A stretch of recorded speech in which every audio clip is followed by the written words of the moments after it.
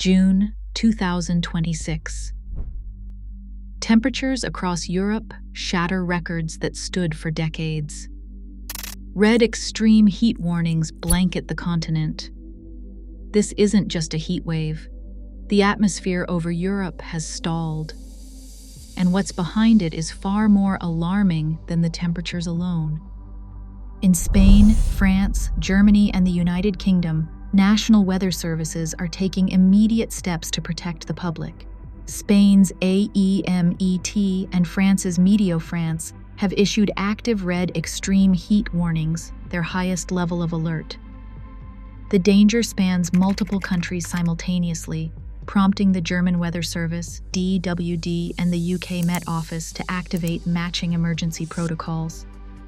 On the ground, daily routines are breaking down as cities face a relentless, suffocating environment. Unusually warm nights offer no relief, stripping away the critical hours the human body needs to cool down and recover. From Madrid to Berlin, officials warn that these sustained, round-the-clock temperatures have transformed a summer forecast into an active continent-wide emergency. In late June, weather stations across Europe began reporting unprecedented numbers.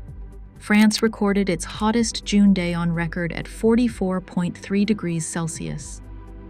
Germany registered 41.5 degrees at Drewitz, while Spain, the United Kingdom, and Switzerland pushed past historic June benchmarks.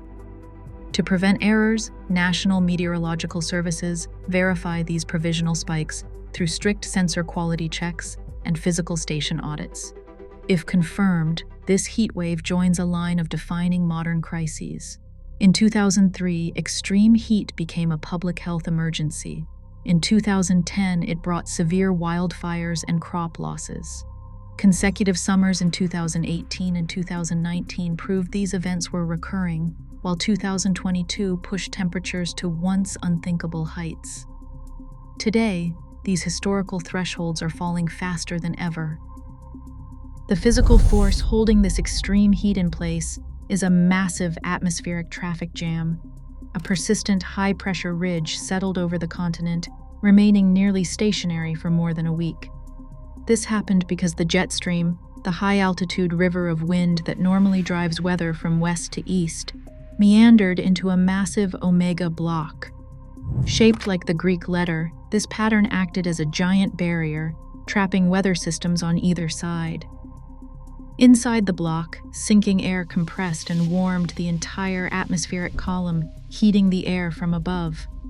This heavy, descending air suppressed cloud formation, leaving skies completely clear and allowing the summer sun to bake the ground. As the blocking pattern shifted slowly eastward, the hot zone broadened, drawing in trapped Saharan warmth to fuel the expanding mass of superheated air.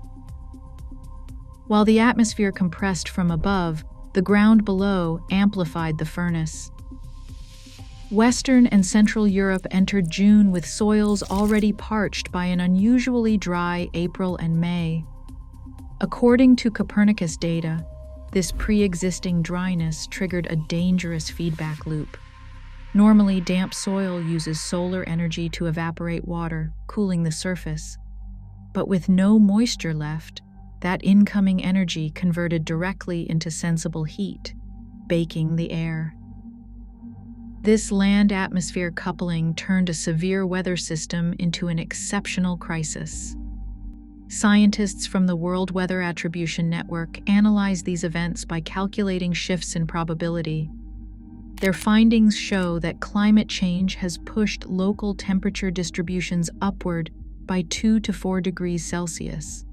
Without human-caused warming, a heat wave of this scale is virtually impossible. As the World Meteorological Organization notes, extreme heat waves are simply becoming more frequent and intense. On the ground, this intense heat translates directly to human suffering. Emergency rooms from Paris to London are overwhelmed by a surge in heat stroke admissions and ambulance calls. In Spain, public health officials estimated over 200 deaths in just the first week, with the elderly facing the highest risk. Simultaneously, critical infrastructure is buckling. High-speed rail lines in France are warping under extreme thermal stress, forcing trains to slow down. Roadways in Spain are softening as the asphalt melts, leaving residents and tourists to endure a suffocating, exhausted environment where even daily movement is a struggle. As indoor temperatures soar, millions of air conditioners run simultaneously, driving electricity grids in the UK and Germany to maximum capacity. Overheating substations face automatic shutdowns, forcing grid operators to rapidly shift power loads. Outside the cities, the dry heat bakes Europe's agricultural heartlands. Across Italy's Po Valley and southern Spain, parched soils leave wheat, maize, and olive crops scorched. This dry terrain quickly turns volatile. In Cantabria, Spain, temperatures peaking at 43.7 degrees Celsius sparked a massive wildfire on June 23rd, forcing village evacuations as 500 firefighters battled the advancing flames. Paris revamped its heat health strategy after the 2003 crisis, establishing text message alerts, cooling centers, and buddy systems to protect vulnerable residents. Today, these warning systems, paired with red alerts, actively lower mortality rates during peak heat. On the resource front, Spain enforces strict water use limits to protect falling reservoir levels. To prevent blackouts, grid operators in Germany and the UK employ flexible demand programs to shift industrial loads away from peak hours. In the fields, farmers are transitioning to drought-tolerant crops and installing protective shade nets to keep their harvests alive. This stalled sky isn't a temporary anomaly. It is Europe's new baseline. The warning has passed. We are now living the future we feared. Share your thoughts below.